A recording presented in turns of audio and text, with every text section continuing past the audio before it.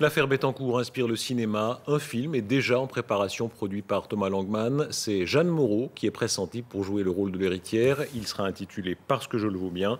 La saga de L'Oréal en dit beaucoup sur les passions humaines et sur l'histoire française. Jacob Berger, le réalisateur, l'évoque. C'est le retour de la chronique libre du cinéaste, à qui la rédaction donne carte blanche. On l'écoute.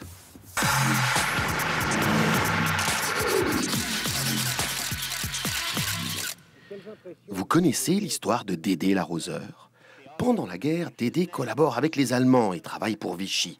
À la Libération, devenu gaulliste, Dédé sauve la mise à son patron, un pharmacien qui avait vendu trop de shampoing au Bosch. En récompense, le pharmacien lui donne sa fille, Liliane, en mariage. Et voilà Dédé devenu patron de L'Oréal. Pendant les 30 années qui suivent, Dédé devient milliardaire. Il verse des paquets de pognon au parti de la droite française. Il devient même ministre. Sur le tard, il tombe amoureux d'un jeune homme, un dandy qui écrit des livres et fait de la photo. À la mort de Dédé, la femme de celui-ci, Liliane, alias Lily Mise en Pli, lègue au dandy 1 milliard d'euros. Non, pas 1 million, 1 milliard. Pourquoi? Mais parce qu'il le vaut bien. Et Riri la praline, vous connaissez? De 2007 à 2010, Riri est ministre en charge des finances de la France. Son épouse, elle, travaille à faire fructifier les milliards de la femme la plus riche du pays. C'est alors qu'on découvre que le ministre, qui est aussi le trésorier du parti du président Speedy González, aurait reçu 150 000 euros de la femme la plus riche du pays, à la veille des élections. Et au black. Peu, dit le ministre, c'est même pas vrai. Mais les révélations continuent.